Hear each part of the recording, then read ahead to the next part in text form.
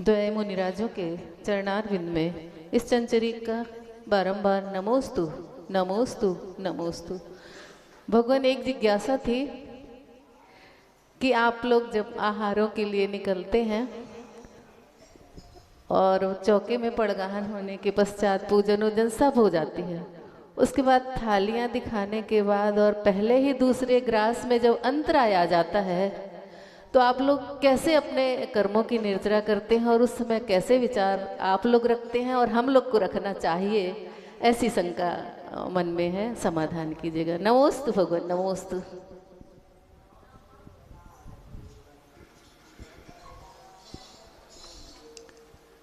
बोलिए अनंतानंत सिद्ध परमेष्टि भगवान की। देवादिदेव 1008 आदि प्रभु आदि तीर्थंकर प्रभु आदिनाथ भगवान की। परम पूज्य देवादिदेव 1008 अंतिम तीर्थेश भगवान महावीर स्वामी की। परम पूज्य अध्यात्म योगीचर्य श्रमणीय आचार्य प्रवर श्री 108 विशुद्ध सागर जी महामुनिराज की।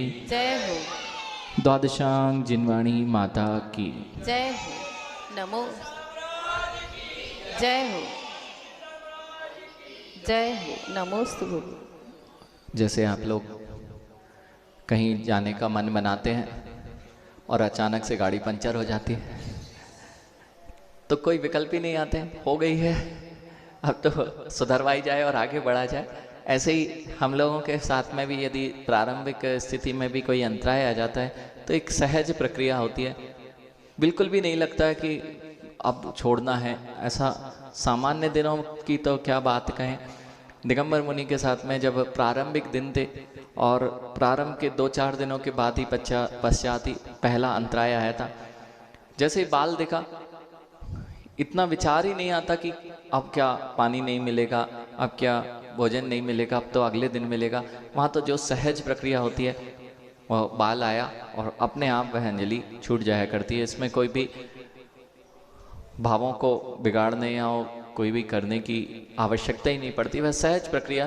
क्योंकि यह दिगंबर मुद्रा ही एक ऐसी कठिन चर्या है जहाँ पर ऐसा स्वाभाविकता से आ जाता है और विकल्प नहीं होते। यही तो साधना है जो दिगंबर मुनि किया करते हैं और इससे ही उनकी कर्मों की निजरा होती है। वह उनको लाभ अंतराय कर्म का उदय आके वह निर्जीर्ण होकर चला गया है और अगले कर्मों का बंधन नहीं हुआ है। साथ में श्रावकों को क्या करना चाहिए, श्रावकों को ध्यान रखना चाहिए। किस बात का? इस बार तो हो गया, उसको कुछ नहीं कर सकते, रोने की आवश्यकता नहीं है, ना खाना या भोजन छोड़ने की आवश्यकता है। हाँ, कहीं ना कहीं कुछ चूक ना रह जाए, इस बात को अगली बार और अच्छे से ध्यान रखना है। इसका अर्थ ये भी नहीं कि हम आहार देना छोड़ दें। चूक किस बात से रह जाती है? हो सकता है आप लोग जल्दी में रहते हैं, आप देखते नहीं हैं, आपको पता ही नहीं होता हम क्या कर रहे हैं, वहाँ आप इतनी जल्दी में होते हैं। तो देख लें, देने से ज़्यादा क्या दे रहे हैं ये भी देख लें। बाल तो नहीं दे रहे हैं। हाँ, कई लोग आते हैं, उनको देने की जल्दी होती है, आते हैं और बाल पटकते हैं और चले जाते हैं, देखते भी नहीं है कि महाराज जी बैठ गए। उसके बाद उनको तो देने से मतलब होता है, क्या दिया, बाल देखे और चले गए। इसलिए देते समय ध्यान रखें, साथ में शुद्धि का जरूर ध्यान रखें, जिससे अंतराय आदि आते हैं। द्रव्य क्षेत्र काल भाव की शुद्धि का ध्यान रखना है आपको। यदि छिल गए तो मत जाइए। चौके में अगर आप प्रवेश कर रहे हैं, अगर आप अशुद्ध हो गए, किसी ने छीन लिया है आपको, आप बिल्कुल मत जाइए। इसका भुगतान महाराज जी को भी करना पड़ेगा, अर्थात उनको अंतराय आने की पूर्ण संभावनाएं बन जाएंगी। आपने कोई अशुद्ध सामग्री है, जो चीज़ वहाँ चौके में विकृत हो गई है, बाल था उसमें आपने निकाली और वही सामग्री चला दी, थोड़ी देर बाद में 1-2 ग्रास तो चल पाएंगे, लेकिन गड़बड़ होना नियत है।